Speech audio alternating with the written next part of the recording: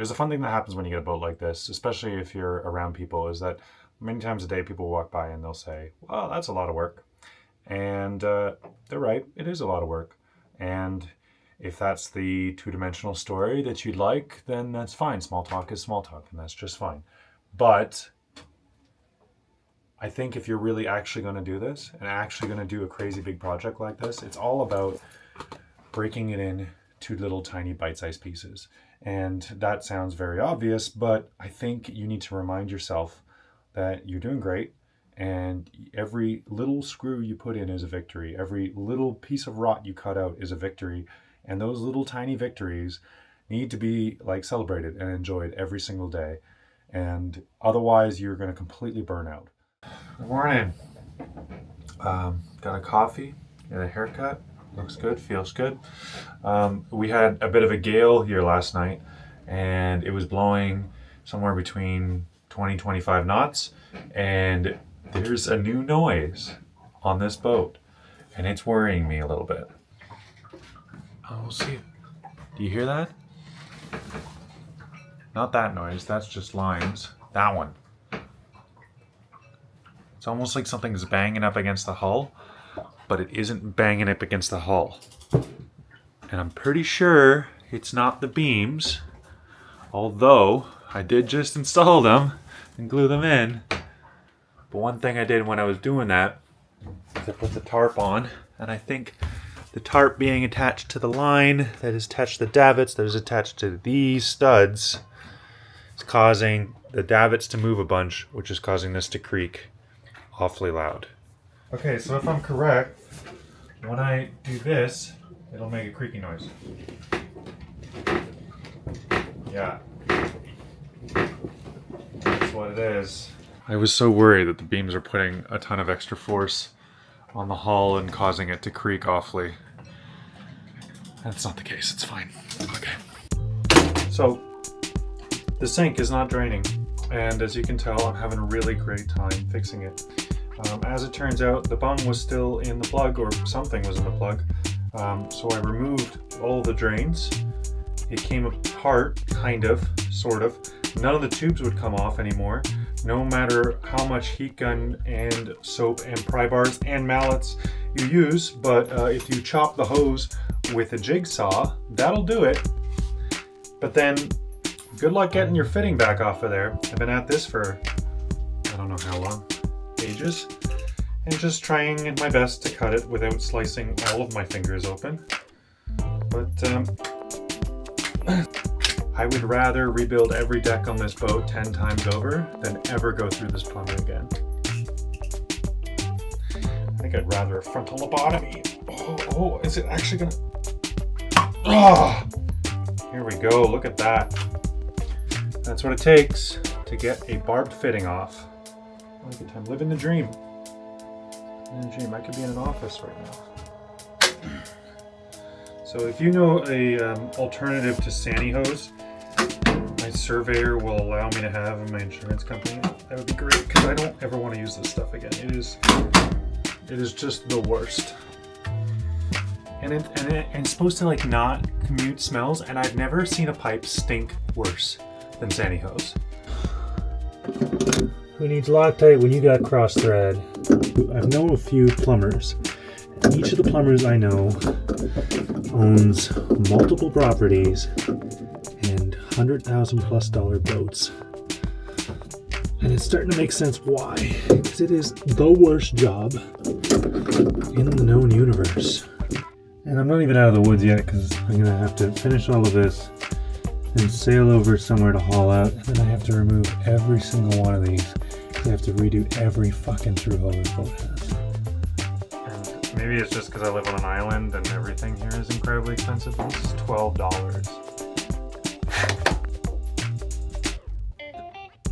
If I can find a piece of dowling.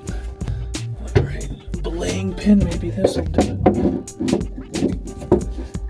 Oh yes, belaying pin, that was the move. That'll do. Alright, on. Okay, and now I just gotta get godforsaken Sandy hose onto this. That'll be so easy, right? Spit does not work as good as soap, and I am on the verge of going to the drugstore and getting a bottle of KY jelly just so that I can get these to slip over the stupid barb fittings. But yeah, you want to hit it with the heat gun first and then go for all the lubes. Get her warmed up and then get her wet. That's what I always say. In case you're wondering, I did slip with the wrench and punch myself directly in the face. And I also put soap on the barb fitting too. Sing a song to the slippery gods. Oh, she was eager and ready. It went right on there. Another pro tip, before you get too carried away, make sure you get all of your compression pipe fittings onto your pipe in the right order, in the right direction. Otherwise, well, see my part 1 about this shit never coming apart again. Also, what is it about screwdrivers that when you need any normal screwdriver, all you have is flatheads? You go to do some post clamps that are all flatheads, and suddenly no flatheads anymore. They've all gone away.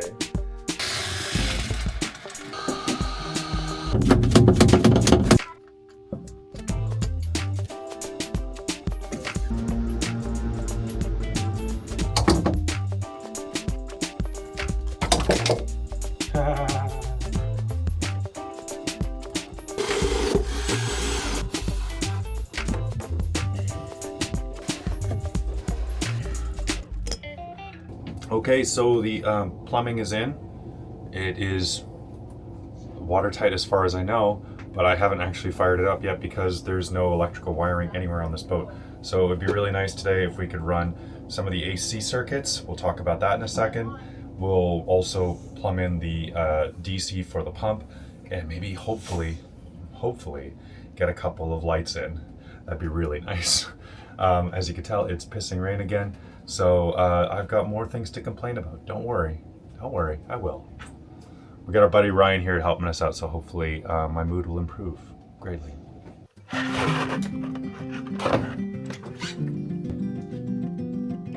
Down on the banks of the Old Man River, heavy air calling rain.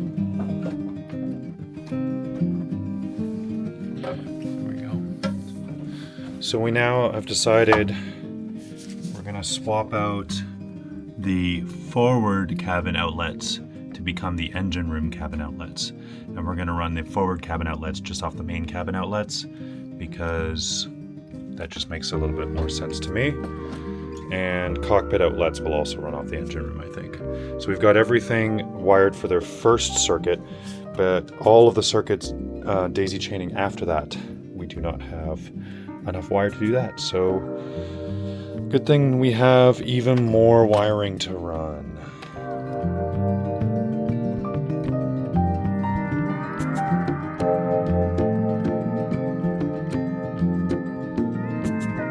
Alright, we've used up all of our AC wiring. I don't want to think about how expensive that is because I definitely need to buy all of it again because I needed twice as much as I thought I did. Probably 3 times as much. Oh boy. Anyway, big boats, big problems, big expenses. So next time you're thinking, hey, I really want to get into boating, and those 50-foot boats, boy, they sure look comfy. No, sir, that is expensive. So now we're gonna run some DC stuff. We got our main DC feed run in finally, so we have some actual 8-gauge marine wiring that's like connected as a set, so I can replace the janky setup I had before. And now we're running blue and yellow, and blue and yellow is your lighting circuits. So we've got a lot of lighting circuits on this boat, so we're gonna burn through all of this too. Let's go for it.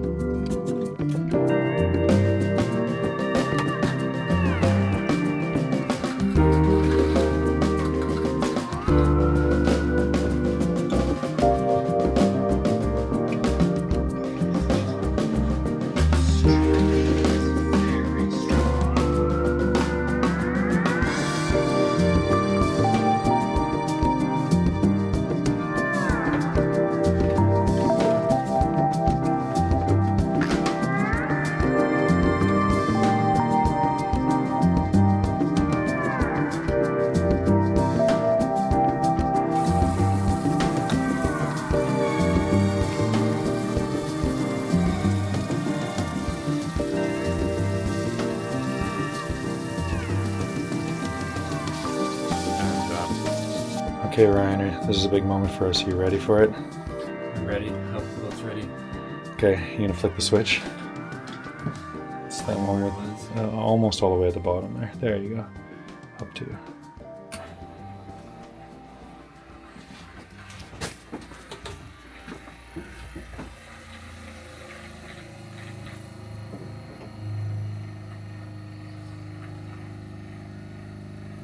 It's a lot of hose to fill. I think I can hear water. I can definitely hear water.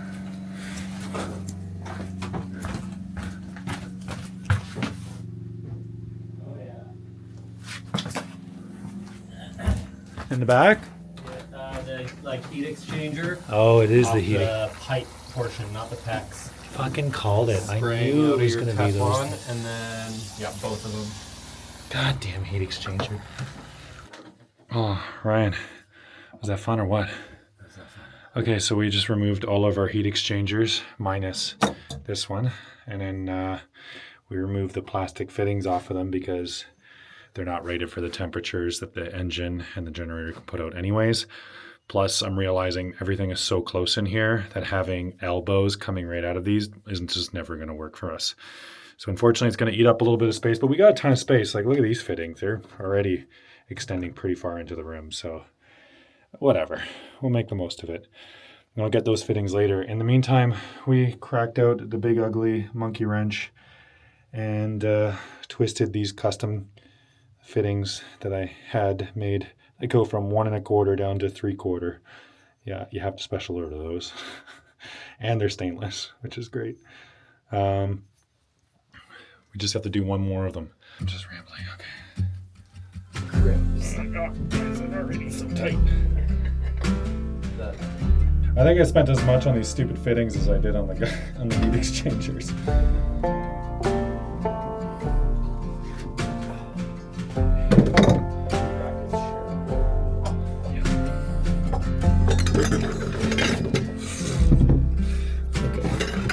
That's not gonna work.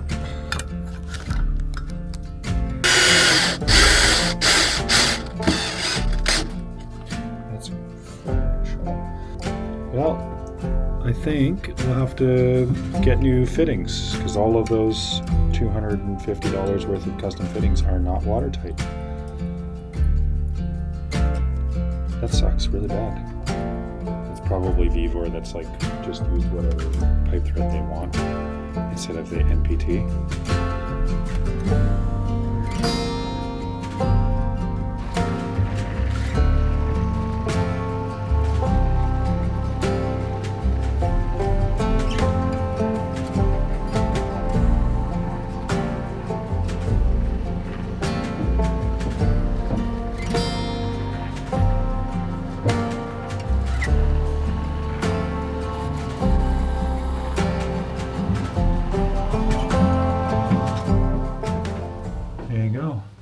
My friend, you have water.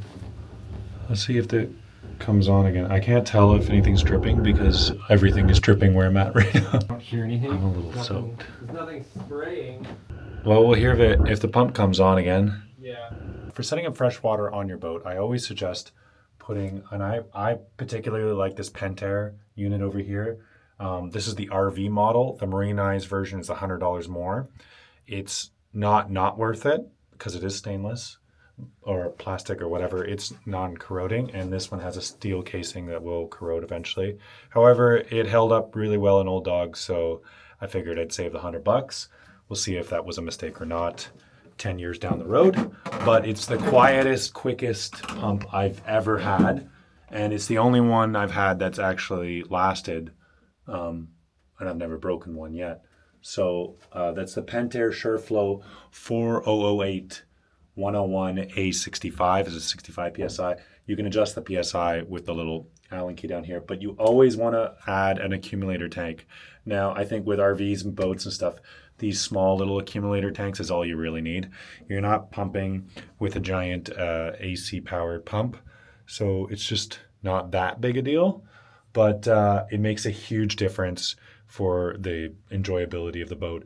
Now I can go and use the taps and they'll just, like, I won't even hear the pump because it's in the engine room where it's sound deadened. But on top of that, It's got its own sound deadening, rubberized feet. It's a quiet motor to begin with. And and then it's got an accumulator tank, so it runs for quite a long time before the pump comes on. And then when the pump does, it stays on for a while, and it stops that pump from burning out. A lot of the smaller pumps, if they're coming on and off all the time, they'll burn out pretty quickly.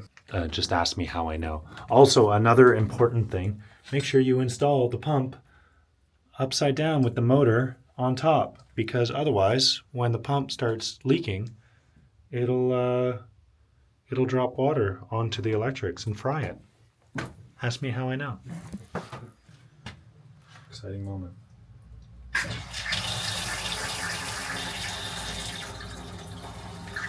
Just pissing out. But that wasn't your plumbing. No, it's original.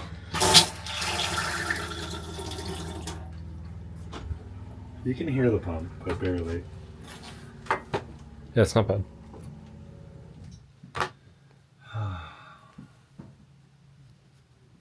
That's a lot of work just to get to this stage.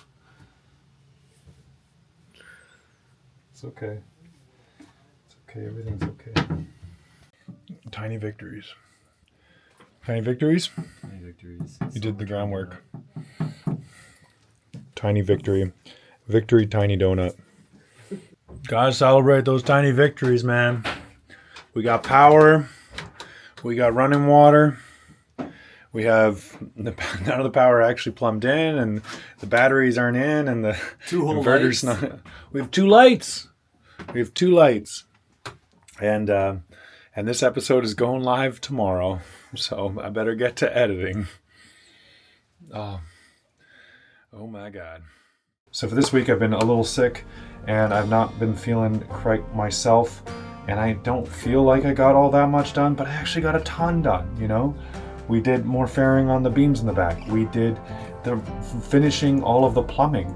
We've ran all of the AC wiring and most of the lighting wiring for the first stage. So that means that we've run from the breakers to the first outlets, and then everything on those circuits that's being daisy chained hasn't been daisy chained because I've run out of material. But otherwise, yeah, the whole electrical cabinet is almost as stuffed as it's ever going to be, and it looks fantastic. So yeah, little victories. You just got to take them and keep at it. You'll do just fine.